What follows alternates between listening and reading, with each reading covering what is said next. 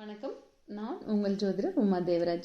ஆடிப்பெருக்கு, ஆடி அமாவாசையை தொடர்ந்து வரக்கூடிய இன்னும் ஒரு சிறந்த நாள் அப்படின்னு பார்த்தோம்னா ஆடிப்பூரங்க. இந்த ஆண்டு ஆடிப்பூரம் எப்பலிருந்து ஆரம்பிக்குதுன்னு பார்க்கலாங்க.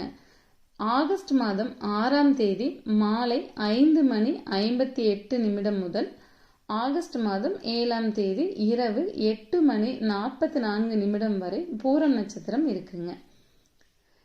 27 நட்சத்திரங்கள்ல 11வது நட்சத்திரமாக வரக்கூடியது பூர நட்சத்திரங்க.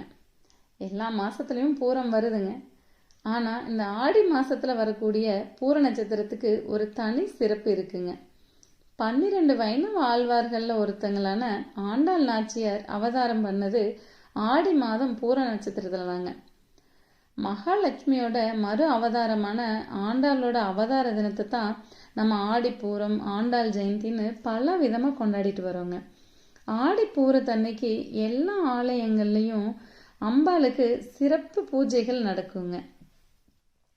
ஆண்டாள் அவதரித்த திருத்தலமான ஸ்ரீவில்லிபுத்தூர்ல 10 நாள் ஆடிப்பூர திருவிழா நடக்குங்க. 10வது நாள்ல ஆண்டாள் ஸ்ரீரங்க மன்னர் திருக்கல்யாணம் நடக்குங்க. இந்த திருக்கல்யாணத்துல கலந்துகிட்டு அந்த திருமண நிகழ்வுல கண்டா திருமணம் ஆகாதவங்களுக்கு விரைவில் திருமணம் கைகூடுங்க.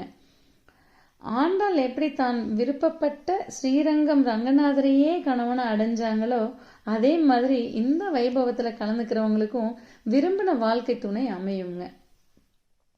திருமணத்துக்காக காத்திருக்கிறவங்களும் குழந்தை பாக்கியத்திற்காக காத்திருக்கிறவங்களும் அம்மனுக்கு வளையலும் குங்குமமும் வாங்கி கொடுத்து வேண்டிக்கிட்டா இந்த 2 பாக்கியமும் கிடைக்குங்க. ஆடி மாதத்துல அம்மனுடைய சக்தி அதிகமா இருக்கும்னு சொல்லுவோங்க. உலக மக்களை காப்பாத்துறதுக்காக அன்னை பார்வதி அவதாரம் எடுத்ததும் இந்த ஆடிப்பூரத்துல தாங்க. உலகத்துக்கே அன்னையா இருக்கக்கூடிய அன்னை பராசக்திக்கு இந்த ஆடிப்பூரத்தன்னைக்கு வளகாப்பு நிறைய கோவில்கள்ல நடத்தப்படுதுங்க. அம்மனோட வளகாப்புக்கு வளையல் வாங்கி கொடுத்து கோவில்ல பிரசாதமா கொடுக்கக்கூடிய வளையலை வாங்கி அணிஞ்சுக்கிட்டா ரொம்ப நல்லதுங்க.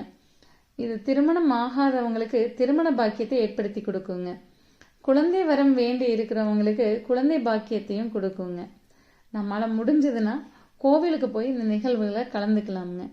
ஒருவேளை முடியலைன்னா நம்ம வீட்டில் இருக்கக்கூடிய அம்பாள் படத்துக்கு நம்ம வளையல் மாலை அணிவிச்சு வழிபட்டு வந்தோம்னா நம்ம வேண்டும் வரம் அம்பாள் கொடுப்பாங்க.